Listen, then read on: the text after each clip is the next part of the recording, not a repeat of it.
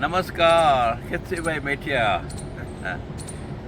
આજકાલ લોકોને ટાઈમ નથી કસરત કરવાનો, યોગ કરવાનો. દોડ છે દોડ, સતત વ્યવહારની, સમાજની, ધંધાની દોડ છે દોડ, અને એ વ્યાજબી વિશે આ કળિયુગમાં દોડવી કરવી પડે. પણ શરીર માટે અમારો ગુરુએ કીધું કે આખા દિવસમાં 5-10 મિનિટ ટાઈમ આપો શરીર માટે, તો એ મોટો ભક્તિ થઈ જશે, મોટી ભક્તિ થઈ જશે.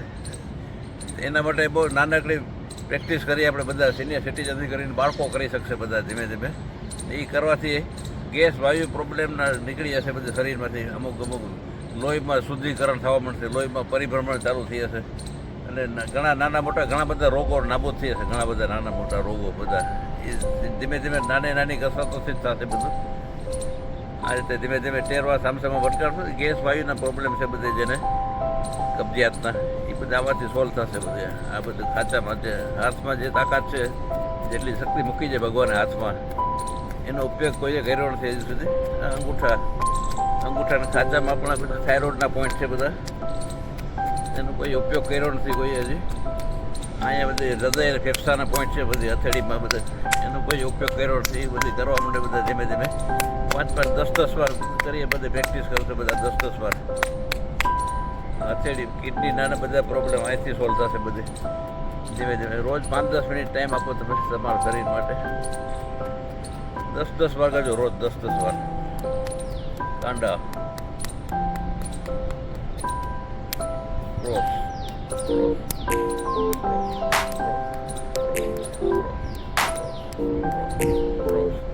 ટેપિંગ,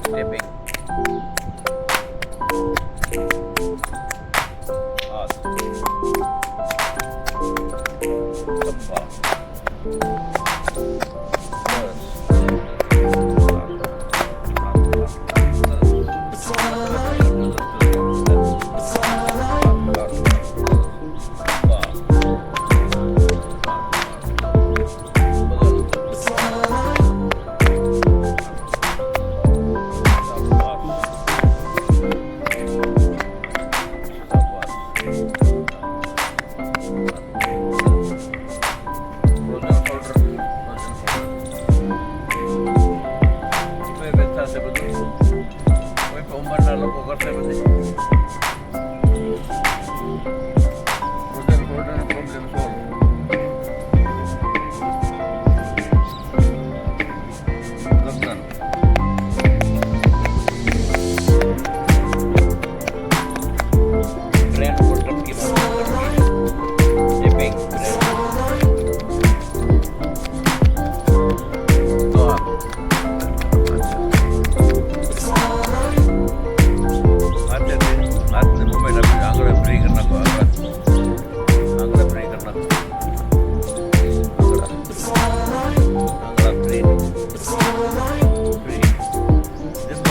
ઇલાસ્ટિક હશે, બોડી આપો ઇલાસ્ટિક હશે, ત્યાં કોઈ રોગ નહીં આવે કોઈ રીતે. સ્ટ્રેચિંગ આપી, સ્ટ્રેચિંગ 8, 9, 10 સુધી ખેંચી રાખો. 10 સુધી ખેંચી રાખો.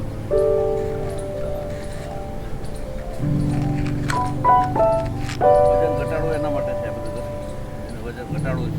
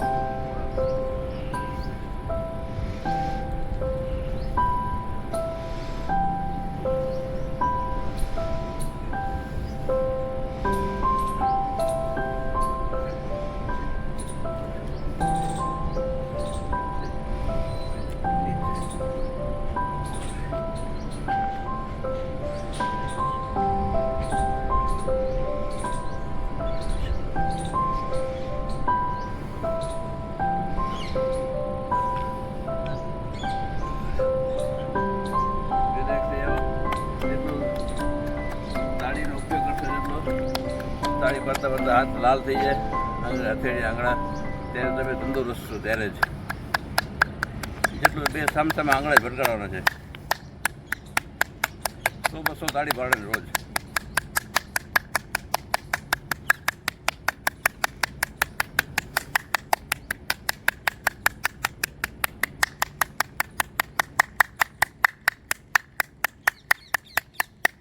હાથના આંગળા લાલ છે એના મતલબ કે તમે સમ્રાટ છો. સમ્રાટ, આજના દિવસના સમ્રાટ તમે. Choice is yours. રોજ કરતા જાઓ અને મોજ કરતા જાઓ, મોજ. અને સાથે સાથે યોગ કરતા જાઓ. Thank you.